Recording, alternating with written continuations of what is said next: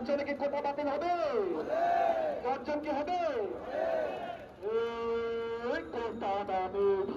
সরকারি চাকরির প্রথম ও দ্বিতীয় শ্রেণীতে মুক্তিযোদ্ধা কোটা পদ্ধতি বাতিলের সিদ্ধান্ত অবৈধ ঘোষণা করে হাইকোর্টের রায় আপাতত বহাল রেখেছেন আপিল বিভাগ।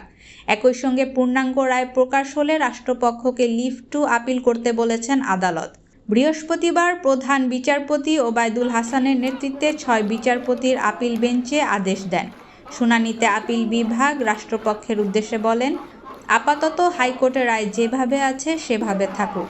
রায় প্রকাশ হলে আপনারা নিয়মিত আপিল দায় করেন, আমরা শুনব। আপিল বিভাগে পরবর্তী শুনানি না হওয়া পর্যন্ত হাইকোর্টের রায় বহাল থাকবে। গত 9 জুন সরকারি চাকরির প্রথম ও দ্বিতীয় শ্রেণীর মুক্তিযোদ্ধা কোটা পদ্ধতি বাতিলের সিদ্ধান্ত অবৈধ ঘোষণা করে হাইকোর্টের রায় বহাল রেখে আপিল বিভাগের নিয়মিত বেঞ্চে শুনানির জন্য পাঠিয়ে দেন চেম্বার আদালত। মূলত সরকারি চাকরিতে প্রথম ও দ্বিতীয় শ্রেণীর মুক্তিযোদ্ধা কোটা পদ্ধতি বাতিলের সিদ্ধান্ত অবৈধ ঘোষণা করে হাইকোর্টের রায় বহাল থাকবে নাকি বাতিল হবে এ বিষয়ে আপিল বিভাগই সিদ্ধান্ত নেবেন।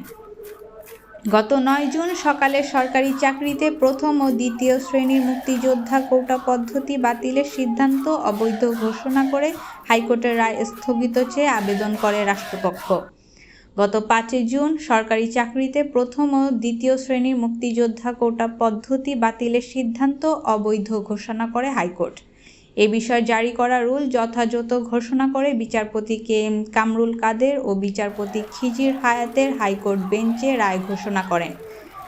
2018 সালে 4 অক্টোবর সরকারি চাকরিতে প্রথম ও দ্বিতীয় শ্রেণীর পদে সরাসরি নিয়োগে বিদ্যমান কোটা পদ্ধতি তুলে মন্ত্রিসভার সিদ্ধান্ত বাস্তবায়নের পরিপত্র জারি করে জনপ্রশাসন মন্ত্রণালয়।